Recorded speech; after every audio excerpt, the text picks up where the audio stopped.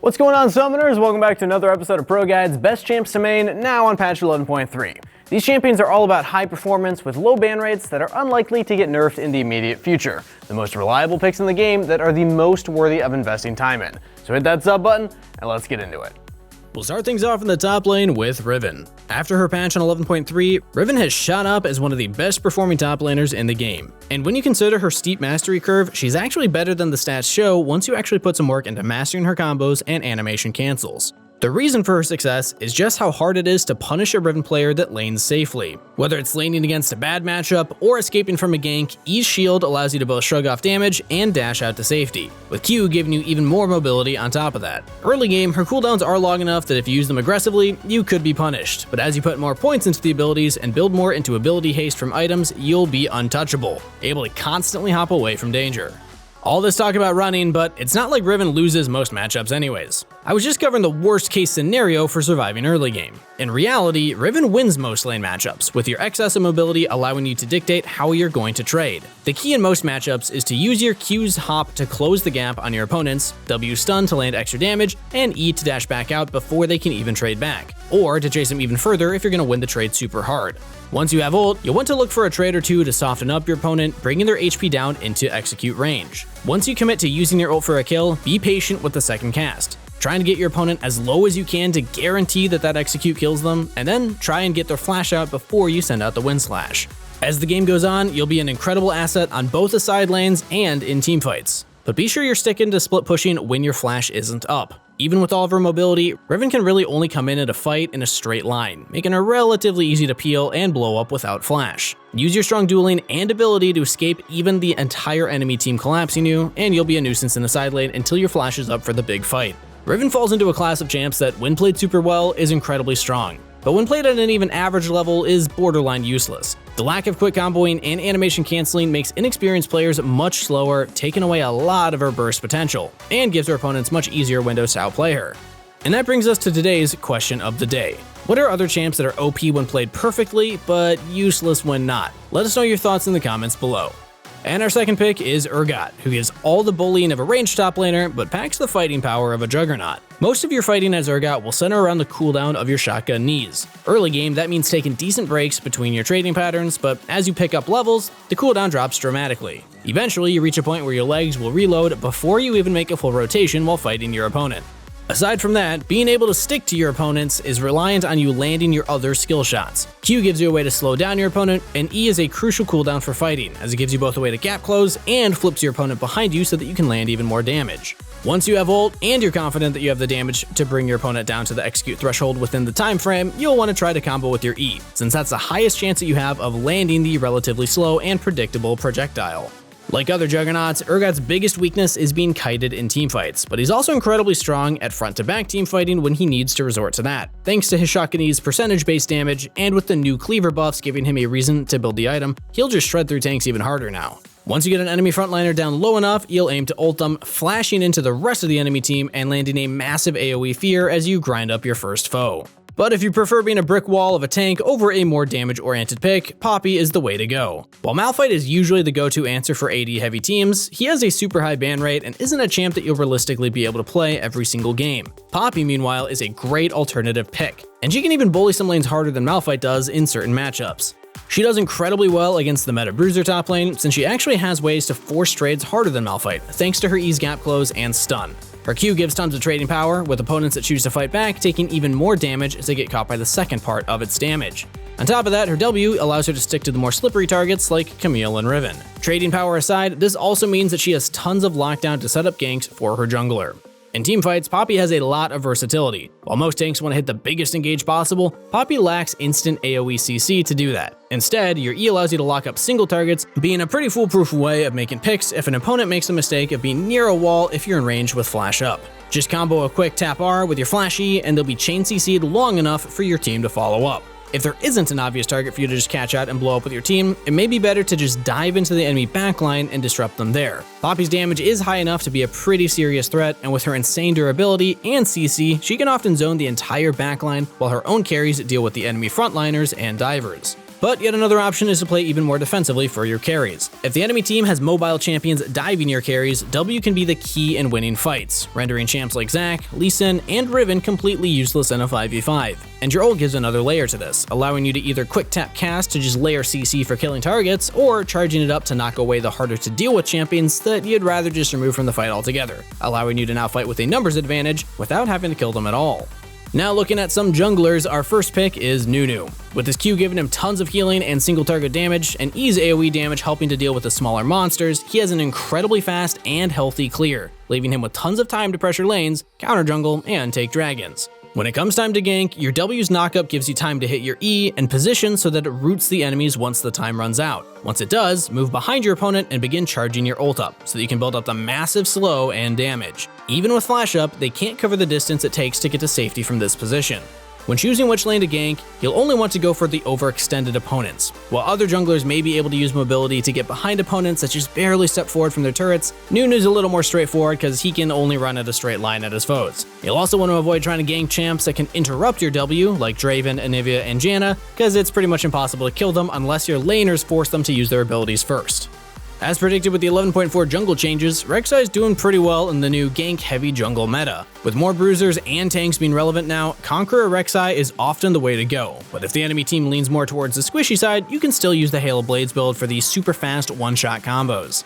Your Q lets you clear your camps out quickly, with your tunnel allowing you to traverse between camps even quicker. A good network of tunnels can allow you to get around the map much faster than your opponents expect you to, allowing you to show up for a gank before they even think to back off to safety. And it's not just when you show up, it's also where. Rek'Sai is one of the only junglers that can gank from literally any angle in the game thanks to her tunnels. A common strategy is to invade the enemy jungle when you have your own laner shoving in a big wave. A big allied wave under an enemy turret means the opposing wave will be pushed out in the next 30 seconds or so. Use that time frame to get a ward down and take away a camp or two. Next up, you'll wait behind the enemy in their own jungle, and as soon as they leave their turret with the minion wave, you tunnel through the wall and go for the gank, using flash if you need extra help closing the distance. Since your opponents already have a wave pushing out from under their turret, netting a kill at this time means that your laner gets a freeze, making it an easy lane to repeat gank. Since Rek'Sai does fall off if the game goes on too long though, you'll want to keep up high tempo early game spam ganking and tilting the enemy laners as much as you can. Once you have your ult, you can even force dives, as you'll be able to juggle tower aggro with your laner if you go for the kill. Oh, one tip about Rek'Sai before we move on. Make sure you're always using your E after you have a fully stacked Fury bar. Doubling the damage and converting it to true damage is a massive spike to your combo, and allows you to punch holes even through the tankier targets that are trying to build armor against you. And our last jungler is Ivern. Despite being an enchanter-style jungler, don't let him fool you, Ivern isn't a pacifist. His passive allows him to mark camps and come back to them later, giving him plenty of time to gank, counter-gank, and get vision to help his laners stay safe. On top of that, since he is a dirty Moonstaff abuser, he has insane scaling as the game goes on. Since Ivern favors more extended types of fights, he synergizes better with bruisers and AD carries rather than burst mages. This isn't to say that you never want to pay them a visit, but it's not where you want to spend the majority of your game. When it does come time to gank, don't just run at your opponent and try to land Q for max range. Instead, try to come in from an angle, using E on yourself to land the slow on your opponent. If they have flash up, you can even auto a few times to try and bait them into using it early. Then shoot at your Q at point blank range where they can't dodge it. In teamfights, you'll focus on providing a mix of disruption and keeping your teammates alive. Generally, you'll shield your backline allies, but if no one is in danger of dying, you can actually throw it on a frontliner to give them more sticking power. Sometimes it's even best to put it on Daisy, since the slow can set her up to knock up more opponents. With his low mechanical requirements, Ivern is the type of champion that anyone can climb on with the right pathing and decision making. Thankfully, those are some of the most teachable aspects of League, so if you're interested in leveling up in those departments, go visit ProGuides.com. Our top tier coaches can whip you into shape and help you reach your ranked goals this season. Next, we'll look at some mid laners, starting with GALIO. His solid trading in lane, strong wave clear, and ability to skirmish and teamfight at all stages of the game make him a champ that is always good in solo queue, but he's especially good now with the focus on early game junglers. His passive and Q give tons of shoving power, so you're always ready to make the first move to help out at scuttle fights, invades, or even when you want to look for a roam to one of your side lanes. Despite his shield being anti-magic only, GALIO does super well into melee AD champs just as well as mages, thanks to his W and E allowing him to lock them down, giving him time to dish out a decent amount of burst damage, all while he takes little to no damage between W's damage reduction and all the CC that he throws on them. This CC chain also allows him to perfectly set up jungle ganks, making it super easy to punish overextended opponents. This is where Nimbus Cloak comes in, as the movement speed makes it so that your offensive flash means more than your opponent's defensive one. In teamfights, Galio isn't always a reliable form of primary engage, especially if your flash is down. You'll usually serve as a follow-up to another teammate's engage. Whether it's a tank like Malphite or a diving bruiser like Hecarim or Camille, Galio has insane synergy with allies that can get to and lock down the enemy backline. The massive AoE of his ult means that he gets to layer CC and damage onto whoever his ally has already engaged on, with other enemy champs being forced to leave their caught-out teammates behind. Galio can also be played a bit more defensively. You can use his CC, specifically his W, to peel divers from your own backline. You can even use your ult specifically to counter the damage from huge multi-target threats like Vladimir, Karthus, and Fiddle, thanks to the magic shield that it grants to all of your allies inside of it.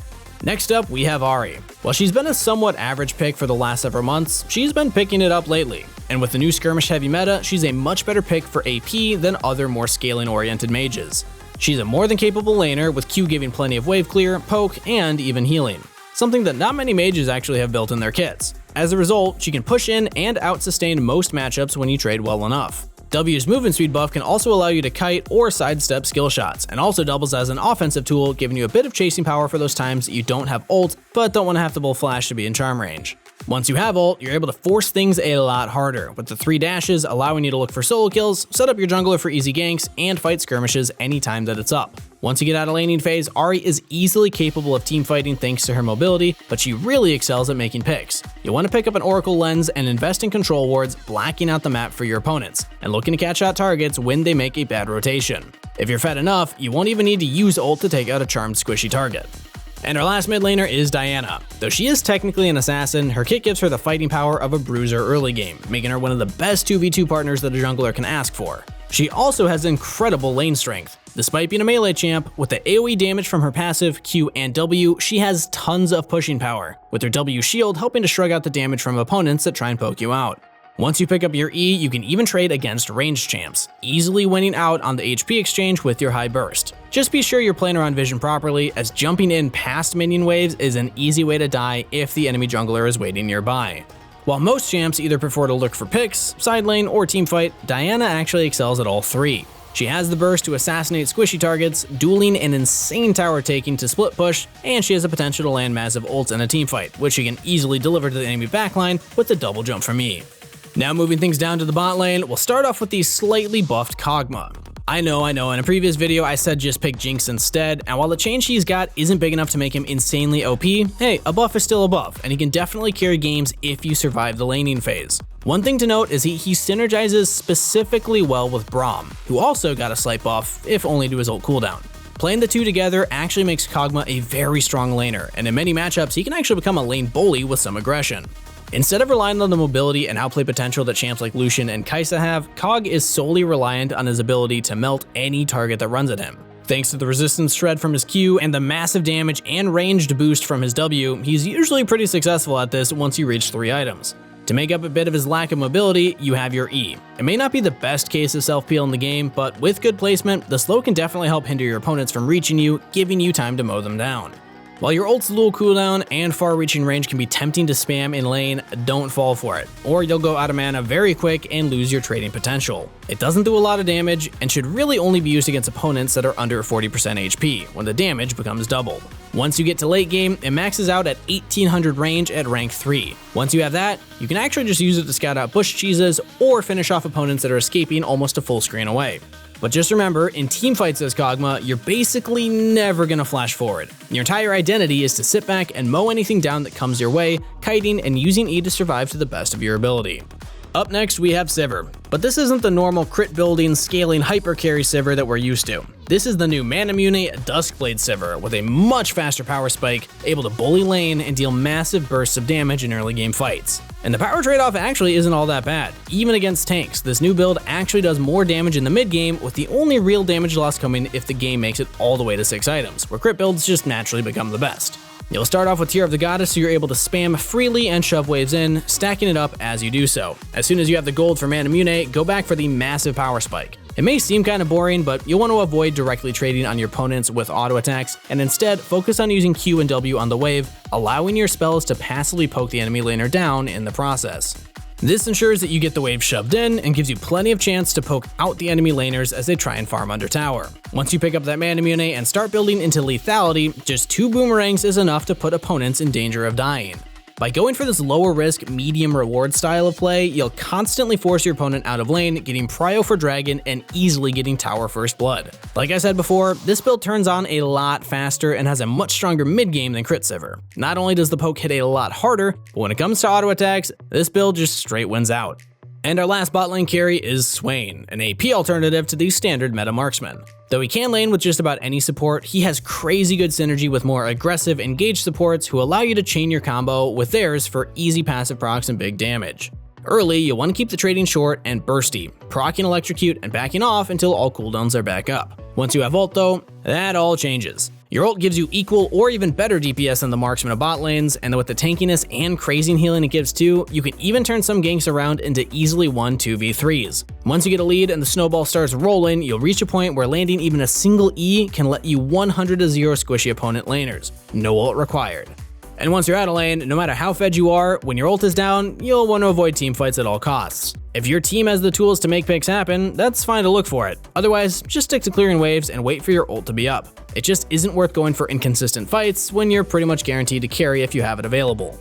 Now rounding things out with supports, we'll start with my doppelganger, BRAUM. He's already been doing well in the higher elos, and with his ult cooldown going down on this patch, it'll be even harder for opposing teams to find windows of opportunity to get past his iron wall of defense. BRAUM pairs well with pretty much every AD carry, whether they prefer aggressive kill lanes or even prefer to take a slower approach to the early game. When it comes to aggressive lanes, no one works better with BRAUM than Lucian. This is because Lucian can actually give BRAUM a way to engage, with his dash giving BRAUM a target to W to. After he's in range, BRAUM can land the Q and slow his target, allowing Lucian to instantly proc the stun with his double shot passive. But like I said, he doesn't just go well with AD carries who want to go in all the time. As I previously mentioned, he also goes super well with KOG'MAW. Even without trying too hard to force fights, you'll just passively win lane due to KOG'MAW being able to trade with his W's high range while you act as a barrier, keeping your opponent from reaching him.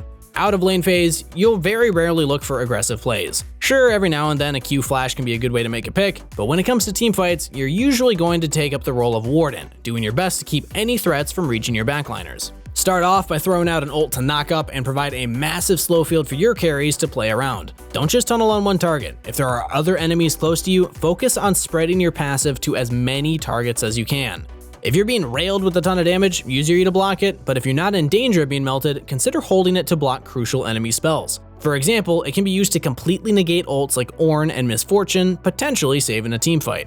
And next up, we have MAOKAI. Despite most people thinking Imperial Mandate nerfs would kill him as a support, kind of myself included, the nerfs the item actually got didn't really affect him that much, and he's still going strong. Despite being melee, he provides a lot of brush control and even some hard-hitting poke with his saplings if opponents overestimate their ability to outrun them, which happens a lot. You also have a bit of adaptability when it comes to how to play. When you're paired with an aggressive AD carry, you can force fights hard, preferably after a squishy target steps too close to a bush. You'll start the fight by using Flash W to root your target, Q to knock them towards a bush, with your sapling easily catching them out. This combo with your Ignite will easily do over half of a squishy target's HP, and with just a bit of follow-up from your AD carry, could result in an easy kill when you pull the trigger. On the defensive, your saplings still help you maintain bush control, and you can turn your point-and-click CC into peeling tools to keep your AD carry safe. Outside of lane phase, your saplings continue doing a ton of damage, especially after you pick up Demonic Embrace. They serve as a hybrid of wards and landmines, being especially hazardous for your opponents if your team gets enough of a lead that you can secure vision control of the enemy jungle. Even if they want to get just defensive vision on their side of the map, they risk taking a huge chunk of damage when they go to ward. Even if they kite out the sapling, it's just a huge time waster. 5 seconds may not seem like much, but when you consider that they have to do it for every brush, it really starts to add up. This makes MAOKAI insanely strong when it comes time to start pressuring Baron, as the enemy team has to choose between taking their time to kite out the saplings or power through them and take huge chunks of damage. In teamfights, you'll look to flash in on the most easily caught out opponent, locking them down with your W and knocking them towards your team with your Q. At this point, you'll just use your ult to disrupt as many enemy champs as you can so that your team can follow up. And finishing off the list, we have Bard. He's been doing really well now for several patches, constantly vying for a spot as a top 3 support in higher elo. Despite that, only Seraphine and Rel are taking hits this patch, due to their popularity. So with him being largely slept on, he likely won't be getting any nerfs for quite a while, so jump on the train while you can. Or don't, and let me be the only one to abuse him. I'm fine either way. Many supports, even the strongest ones, are confined to certain boxes within their identities. Alistair and Leona, for example, can engage fights and offer a ton of disruption, but lack any ranged poke or meaningful sustain in the laning phase. Mage supports that poke and high damage in teamfights, but don't have the ability to actually start things up in most situations. And enchanters are great for buffing up your allies, but lack proactive tools to engage fights and generally fall short when it comes to roaming. And then there's Bard. With his grab bag of abilities, you can pretty much do it all. His Q and Meep empowered autos make him strong in both short and extended trades, with the stuns and slows working as both offensive and defensive tools. His W provides pretty decent sustain, so be sure you're stockpiling them behind your turret. And when you go out to roam for chimes, make sure that you leave behind one for your mid laner under turret as well. That extra bit of HP may be the difference maker when it comes to staying for an extra wave to complete an item. E's ability to bypass terrain lets him engage ganks anywhere on the map that otherwise wouldn't be possible to execute. It also makes him a great champ for roaming mid, so be sure to abuse your opponent's reset timers when you get the chance. On top of that, his ult gives him tons of unique utility, whether it's making a catch on an enemy, negating Karthus' ult by putting your whole team into stasis, helping pull off a dive, or just denying Rift Herald's charge damage. You'll be able to do things no other champ can. Just make sure that you're making the play that helps your team and not making one that condemns them to their death when you go for it. Hard to tell the difference sometimes. Okay, let's be honest, at this point you can expect Bard to be featured on pretty much every video that I'm on, but I promise it's not just because he's my main. But hey, if you enjoyed the video, remember to leave a like, sub to the channel, answer our question of the day in the comments down below, and of course, join our community Discord through the link in the description. That's it for the video, so best of luck on the Rift everybody, stay hydrated, and I'll see you next time.